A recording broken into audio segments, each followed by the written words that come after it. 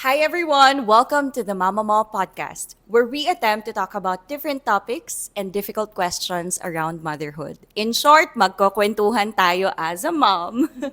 Pero, syempre, gusto rin naming i-share sa inyo yung heart behind this podcast. But before that, magpakilala muna tayo. I'm Eunice, I'm 7 years married, and meron po akong dalawang anak. Yung panganay ko ay 5 years old, and yung youngest turning 2 this year. So, toddler na yon. And what I do naman then is, kaka-transition ko lang, stay-at-home mom ulit. Kasi nagkaroon lang ako ng short working stint. And on the side, yung ginagawa ko ngayon is I'm an events host, talent, and balik content creator po tayo. So, supportahan nyo naman kami, guys. Kaya kami nandito ngayon sa podcast. Hello everyone, my name is Pinky. I'm married for 13 years. We have 3 kids, 2 boys and 1 girl. So yung eldest namin is turning 11 this May. He's a boy. Tapos yung pangalawa, boy ulit, turning 5 naman siya. And then yung bunso namin, which is a girl, who is a girl pala, sorry, turning 3 naman this year. So what I do, I am a corporate communications professional and a mom and a wife. I'm Rachel. I've been married for 2,190 days. So, paki-compute na lang. So, I've been married for 6 years. Sana tama yun, no? We have 2 kids. So, yung eldest namin is 4 years old. And then yung youngest is 1 year old. So, meron na kaming boy and girl. Sabi nga ng matatanda, kompleto na. Okay. Ayan. So, by profession, I'm a marketing communications practitioner, and kaka-transition ko lang din into working full-time to being a stay-at-home mom with racket on the side. Pinakilala na namin yung isa't isa, no? So, we want to share with you also paano naman kami nagkakilala. So, we will call this segment, How I Met This Mother. Ganda nun. Okay, ganda, ganda. Galing mo talaga. Oo nga. Marketing ka talaga. Correct. Kunin nyo to, guys. Okay, so Go ahead. sige, ako na lang. Ako naman lagi. Hindi, joke lang. So, ayun. Nagkakilala kami kasi galing kami sa iisang church, and naalala ko lang din na kung hindi dahil sa asawa ko, hindi ko rin sila talaga ma-meet kasi yung nagpakilala sa akin is yung husband ko. So, dahil nga nandun kami sa isang church community, so inintroduce muna ako kay Ate Pinky. Ate ang tawag namin sa kanya, guys. So, wag niyo naman siyang i-ate, kami lang. Okay lang yun, wag lang tita. Tapos, si Rach din, dahil nga from church din, so lahat yun. Siya talaga ang salarin. Kaya din to natuloy, guys. Oo, siya talaga. As the manager. Sige, ako na. Ano ba? Paano ko kayo na-meet? Tama, sa church. Separate occasions. Si Eunice talaga pinakilala siya sa amin. No? Tama yung sinasabi niya. No? Yung husband niya yung nag-introduce. Tapos si Rich, I think I met her through a common friend. Meron kaming common friend na in-introduce kaming dalawa. Tapos naalala ko, wala kaming interaction prior to that eh. Pero parang dahil doon, na-introduce kami, nag-date kami agad. And I think parang engaged na kayo ni Cristiano, no? Ayun. Sorry guys, hindi sila iisang asawa. Parehas lang na Christian yung pangalan pangalan. nila. So, Christian at Clarify Christian. natin yun. Oh, hindi sila, just to be clear. Kahirap na, mahirap na. Ayan. Sige, Rich. So, dahil nakwento na nila paano kami nagkakilala, uulitin ko lang.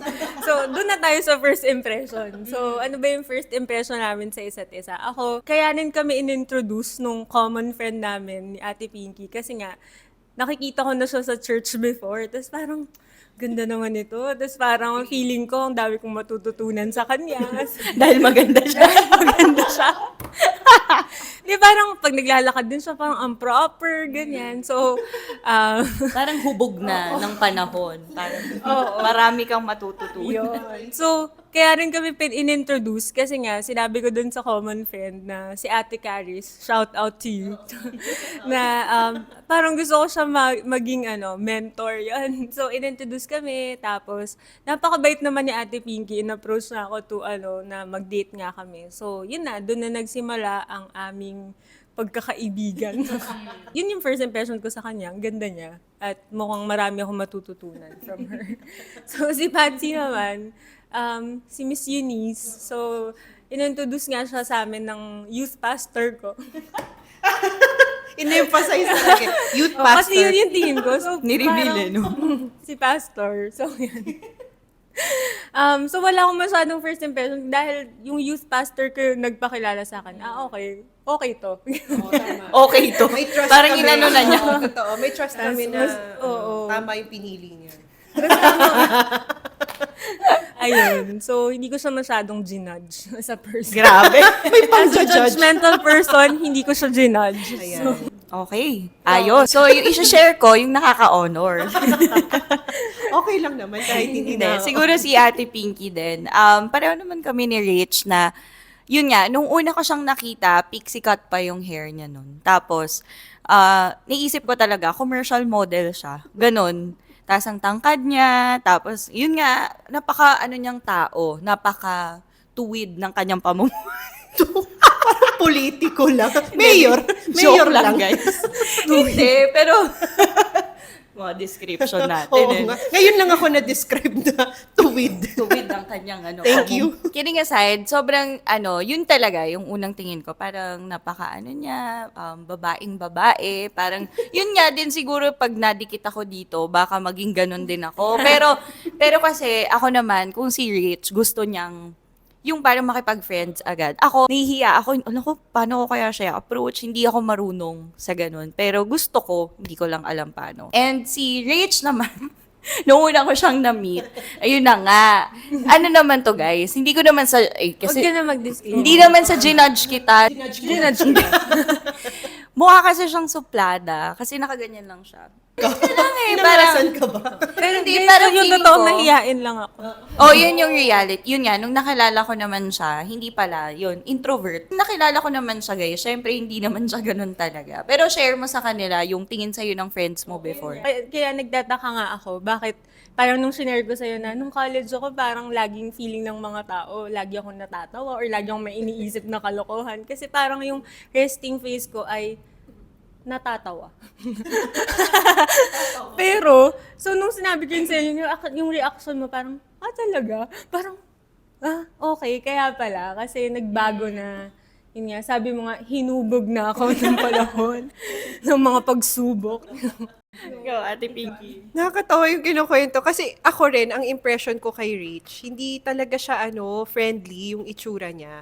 Parang feeling ko nga baka dahil tahimik lang siya. So, yun nga nung kinukwento niya na parang ang first impression or yung pagkakakilala sa kanya nung friends niya nung college, nakasmile lagi. Hindi ko siya ganun nakilala. Parang very serious siyang tao. Parang naisip ko nga hindi ko siya magiging friend kung hindi siya in-introduce sa akin nung common friend nga namin. So, pero yun, parang ganun naman pag first impression, 'di ba, parang mali lagi yung pagkakatingin mo dun sa tao kasi sobrang hindi siya ganun, opposite siya. And sobrang magka-wavelength kami ni Rach noon. So, even nung nagka-work kaming tatlo kasi we work together.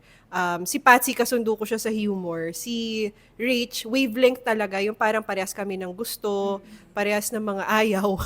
Mostly parehas ng ayaw. So, nagkakasundo dahil doon. So, yun ang pagkakakilala ko kay Rach. And then si Patsy, si Eunice, ayan, nung pinakilala siya sa amin, very mahiyain. So, yun ang impression ko talaga sa kanya, which is parang totoo naman, mahiyain talaga siya. Pero, yun nga kalog talaga siya. Tapos, nakakatawa siyang tao. Kahit na ba, mahiyain siya. Kailangan lang niya mag-warm up. Nakakatawa yung nakakatawa siyang tao. Nakakatawa siyang tao, Diba, guys. sinabi ko naman, tuwid ang Oo, tuwid. Nakakatawa. Tingnan mo nyo, yung description niya sa akin, tuwid, di ba? Parang Tuwid, Mongol. spaghetti, ganun. Tuwid talaga No, nakakatawa O, tsaka magalang na bata. Bata talaga. Magalang na bata Oo, to. ate. Di ba? Yes, Oo, ate. ganyan siya. Parang even nung magka-work na kaming tatlo, ganyan pa rin siya sumagot. Uy, ate, opo, po, gumagano. May po at opo lagi siya. So, bait niya talaga, ang galang. Wow. Galang talaga. Ah.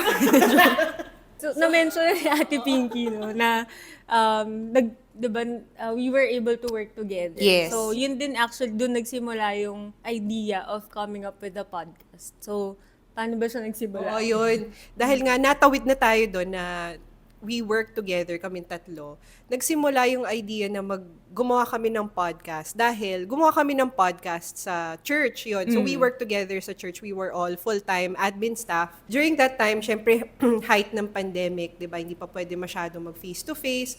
So parang kaming tatlo, nag-iisip kami ng ways. So parang iniisip namin, gawa kaya tayong podcast para naman, yung podcast, iba siya sa Sunday service na preaching na hindi lang siya word, pero parang how you apply yung word sa daily lives ng tao. So, yung pinag-usapan namin doon, very common topic. So, for example, meron doon in time for elections, nag-invite kami ng politician, 'di ba? Tapos nag-invite kami ng first-time voters, ganyan. So, pinag-uusapan lang about politics and God.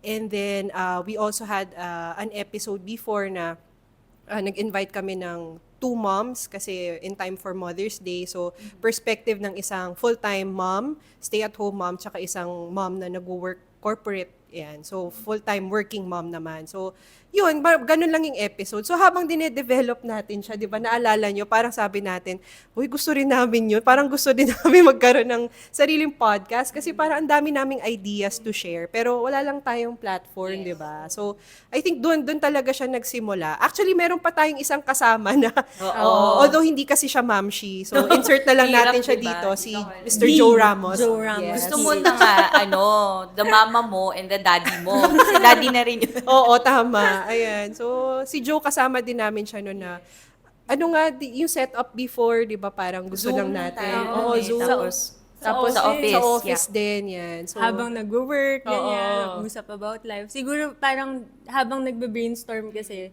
ang dami nating ideas, so hirap na hirap tayo. Parang isa sa mga challenges natin is, sino kayang i-invite mo? Yeah. Sino Oo. kayang makakapagkwento about this? Tapos parang, kaya sinabi natin, tayo na lang kaya. Feeling eh. Diba? Lokohan na naging totoo. naging totoo. Yung biruan namin na yun. Kaya doon nagsimula basically yung idea of coming up with a podcast. So Yeah. ngayon, we also want to share ano ba yung heart nito, heart behind it. So sumusimulan. Nakita din kasi namin yung chemistry nung nagtatrabaho kami na parang hindi pinipilit, parang bigla na lang siya nagki-click. Doon din nag-start na parang okay siguro talaga na ituloy natin. Si Ate Pink, ang dami rin niyang ideas and she's a working mom. Ako naman, stay-at-home mom, tapos rumaraket on the side, tapos si Rich, ganun din ngayon na nag-transition na siya, di ba, never ka talagang naging stay-at-home mom. So, ang dami din niyang pwedeng i-share na we believe magiging encouraging din, especially sa mga first-time moms out there. And we're just ordinary moms na para nyo kaming kaibigan, online, katsikahan. Common denominator, iba-iba man kami ng pinanggalingan, upbringing, ganyan, talent, or kung ano man yung mga ganap sa buhay. Pero lahat kami pare-parehong nanay. And at the same time, meron kami mga beliefs na kami din natututo. When we hear stories, pag nagkwento si Ate Pinky or si Rich, ako din personally parang I learn from them as well. And yun din yung heart na parang maging isa siyang community. Then, na tayo mismo, we get to learn from each other. And we also want to hear from you guys. Kung meron kayong mga questions or topics na naiisip, pwede nyong isend yan sa socials namin. Pero ayokong unahan. I agree with Eunice, no. Talagang we had in mind yung mga moms when we developed or parang inisip namin na magkaroon ng podcast. Kasi nga pare-parehas kami ng life stage, lahat kami nanay. Pero we won't brand ourselves as experts, no? Hindi naman kami experts na moms, no? So I don't think also na may such a thing as an expert na mom. Kasi lahat tayo may natututunan as we go along the journey, di ba? Habang lumalaki yung mga anak, tapos tumatagal sa marriage, marami rin tayong natututunan. Not only from the experience itself, but also from other moms na nakakausap namin. And also, hindi lang moms yung gusto rin naming ma-reach, no? So, of course, if you're a single professional or may engage ka pa lang, hopefully, or kunwari, ikakasal ka pa lang, di ba? Hopefully, may ma-pick up ka rin sa mga pag-uusapan namin. Kasi, pag-uusapan din naman namin yung mga ibang nangyari sa life namin. So, ang ganda rin kasi nung dynamics namin dahil we all work together. So parang may perspective din na nagtrabaho kaming magkakasama, 'di ba? So friendship and work, career, 'di ba? And also motherhood. So yun, we feel like we can offer a lot of ideas and also learn from you, katulad nga ng sinabi ni Eunice kanina. So that's why we developed or came up with this podcast. Ayan. So Rach, ikaw, ano So, naman? may naisip lang ako, no, yung sinasabi mo yun. Parang even yung mga tao na, di ba meron kayong mga nakakatrabaho na moms or baka meron kayong, yung mismong mommy nyo, di ba, na parang hindi nyo maintindihan, bakit kaya siya ganun? Ba't siya ganun mag-isip? Ba't siya ganun mag-respond? Baka most likely will be able to go through those topics also and hopefully mas maintindihan nyo, kaya pala ganun yung mommy ko, kaya pala ganun siya. So, mama mo. Kaya pala ganun yung mama mo. So, hopefully it will help us, 'di ba, build stronger relationships with our moms as well. So, basically, that's what we want to extend to you. Yung community that we found within each other, we want to extend that to you as you join us in this journey of, kwentuhan ng mga momshi. So that's it. That's who we are. Again, this is Rachel. This is Eunice, And this is Pinky, and this is the Mama Mo Podcast.